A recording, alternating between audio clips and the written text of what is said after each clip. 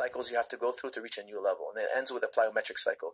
Now today, I don't really use that system anymore because I found better ways over the years. It ends with a plyometric cycle. Yes. Why does it end with a plyometric cycle? Because you have to hit the speed of your sport. So for instance, let's say you do a lot of back squatting. Okay, let's say you do back squatting, and your numbers on the back squat go up. Do you think that's going to make you a better fighter? No. No. Why? So why do the squatting? Because it'll make you stronger. Okay, but does it make you stronger on the field, in the octagon? It can make you stronger in certain positions. In certain positions. Yes. Now, I think Michael Kogan would say it can make you stronger in certain positions if you can apply that force over a certain time. So power and strength are two different things. Strength is, can you lift that bar that weighs 500 pounds? You can lift it? Okay, good. Can you get that bar off the ground and locked out in 1.5 seconds? That's the question we want to ask for sports. How fast can you apply the force? That's power. Right. Force over time, strength over time. Right. So when you want to shoot a double leg, you have to do it in the window. So that's why the plyometric phase is the last phase. It's very important that you need to take all that strength you cultivated and translate it to a level of speed. So I need George to change level and explode in a fraction of a second. So that's why I like things like sprinting, track and field, etc. These are things done in a short period of time. The ground contact, the ground force reaction, right? The time you spend on the ground applying force into the ground. So when you want to apply force on a person, you first have to apply the force in the ground, and then that reaction is applied into your opponent, right? So every action has an opposite equal reaction. How fast can you apply that force into the ground? Now squatters, if I take you and I make you squat, CrossFit bombs, squat, down and up. I'm training you like a tow truck. Right? Then I measure your vertical jump. Your vertical jump is going to have gone down after you've done 6 months of squatting. Yep. It's not going to have gone up. Right. Why? Because you're training like a tow truck. Yep. You're telling your body, look, I need to lift lots of heavy weights in a slow fashion. However, if I make you do plyometrics or I make you do Olympic lifting, Olympic lifting is very fast. It's 1.5 second contraction on the hamstring. Right. 1.5 second. And there's a certain point where it's 0.5 seconds. Then I make you test your vertical. Now your vertical has gone up. So there's an element of speed. So Michael Kogan, at the end of the program, he does a 4-week or 3-week phase of, he calls it the link cycle, where you're doing plyometrics. This is very important. That's fascinating. I've never heard it put that way, and I like that thought. I like the thought process behind it. I think there's a lot of people that are using a lot of plyometric drills now. And it's way more common when you see like training montages of guys hopping over hurdles. But I really have to think that George was one of the first guys I ever saw do that stuff. Yeah. I used to tell him, do you want to train like a tow truck or do you want to train like a Ferrari? Which one do you want to be? If you look at Damian Maia, he's like a tow truck. Yeah. He's stiff. Even when he throws a punch, he's very stiff. Yeah. Why? Because years of gi training is like, yeah. I've trained my body to make an isometric hold. And now your body behaves isometrically. Yep. Why are you asking it to do anything different? Right. I never ask my body to do something in practice that I don't want it to do on fight night.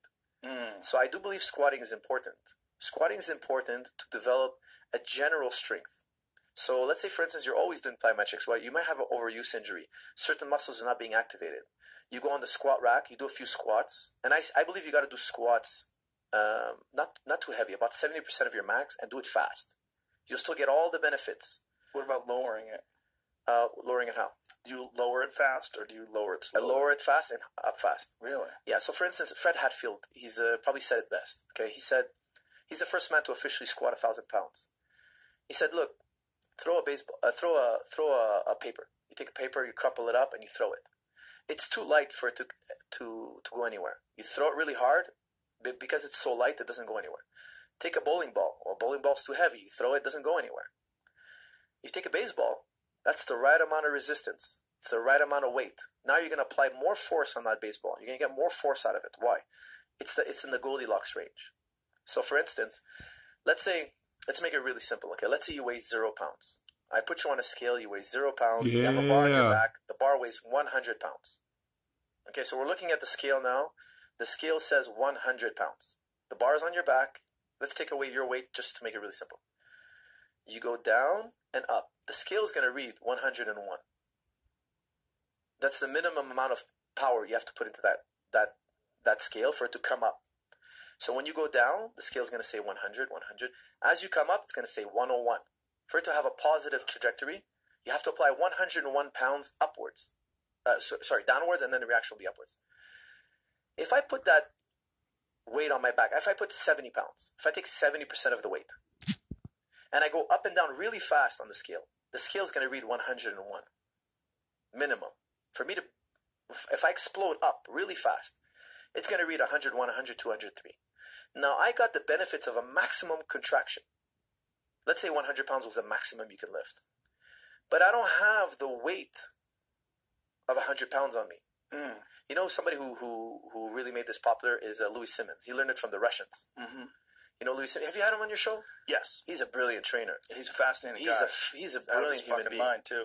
He's out of his mind. We interviewed him in his gym. Really? Yeah, in Columbus. It was great. But he's a genius when it comes to lifting. Yeah. He's a genius. He knows what he's talking about. Yeah. He read Super Training. I also read Super Training. And Super Training is about lowering the weights to the right amount and doing a plyometric with it. You get the same benefits as using maximum weight, but you don't get the side effects, the soreness, the injury, the redlining. You don't get any of that. So the Russians found a great way Idiots. to apply maximum force on the bar. Yep. They also get speed. Real training. training. Like tow trucks. They're training like Ferraris. That's actually where I got Ferraris. the Simmons. He really clarified it for me, made it really simple. Yep. So, what kind of, say if you could bench press 315 pounds, what would you use? Use between 65 to 80% of that weight, and then just do quick. Boom. Yep. Boom. Dynamic same day. amount of resistance, if you do it quickly, as if you had the maximum weight on it. So he doesn't use maximum weight except for once a week. And the reason why he explains it is he says, look, you have proprioceptors in your system. Yep. Proprioceptors is it's what tells you if your arm is up or down, if your arm is bent to your chest. Training stupid. If I close your eyes and I lift your arm, you'll be like, you lifted my arm. How do you know that? Proprioceptors. He says if you put on let's say you're working with 75 pounds and your maximum is 100. Yep. When you go to lift that day and on the competition day, when you get 100 on your bones, your body's gonna be like, hey, I've never felt that amount of weight. There's an arthrokinetic reflex. Shut the muscles down. We've never felt that weight. Right. This is the narrative that he gives us. He says because you've never felt that weight, your body's not gonna allow you. There's a safety mechanism in your body. It says, look, this is we're not used to this. Let's not take a chance. And he says if you get your body used to that, the arthrokinetic reflex will quiet down and allow you to lift. There's an inner mechanism, the safety mechanism in the human body. So he says to bypass that, we do heavy weights once a week to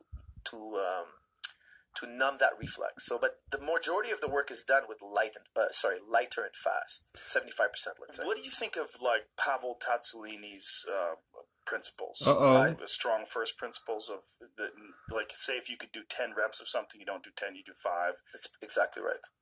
100%. I've read all of Tsatsulin's works, almost all of them. He's a brilliant trainer. I agree with that 100%. Outside of competition. Let's explain it to people. Yeah. Okay. So let me.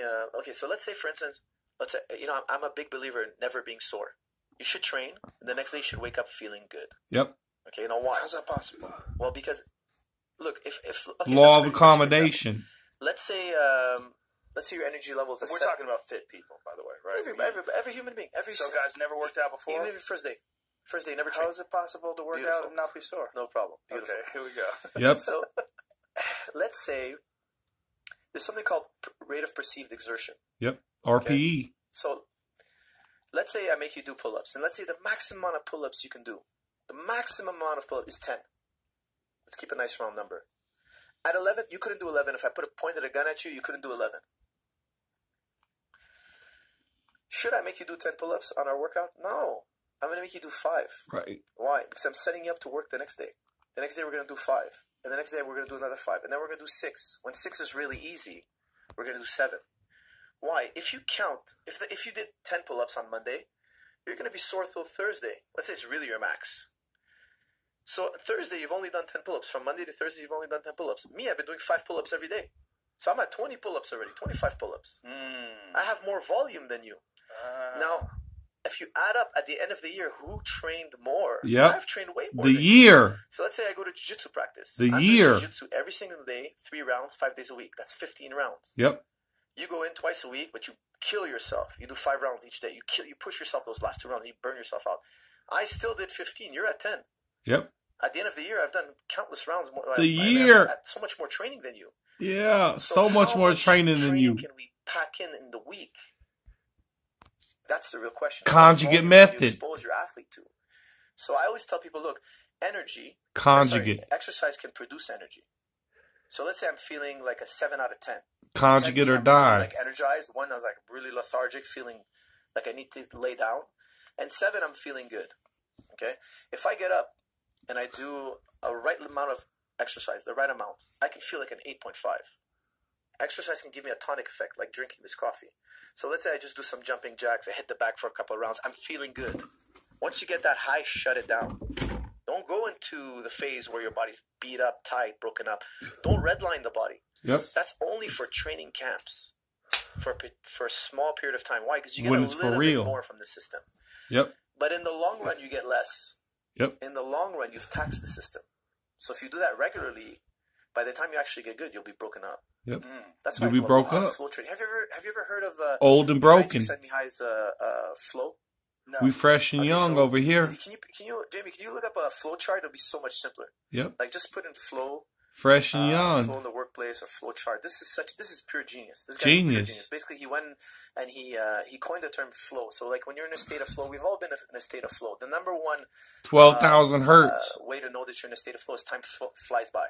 I'm sure sometimes you've done podcasts. Nope, it's 12,000 hertz, buddy. Yeah, it was a great podcast. You know, the one where you have the worst guest or you're having the worst workout. It feels like every minute is an hour. That's a bad.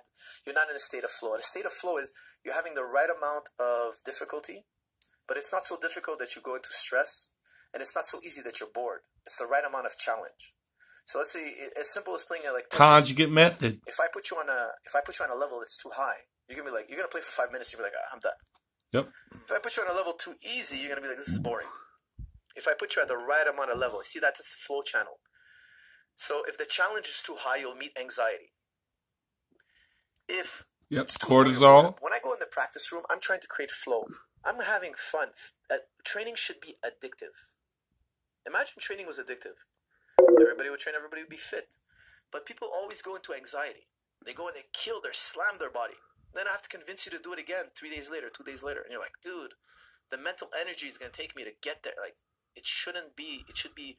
Training should be a pulling force. It should be pulling you. You want to go training. If you don't want to go training, it's not fun. If it's not fun, you're not going to do a lot of it. And if you're not going to do a lot of it, you're never going to reach mastery. So how do I make it pleasurable? How to make it fun?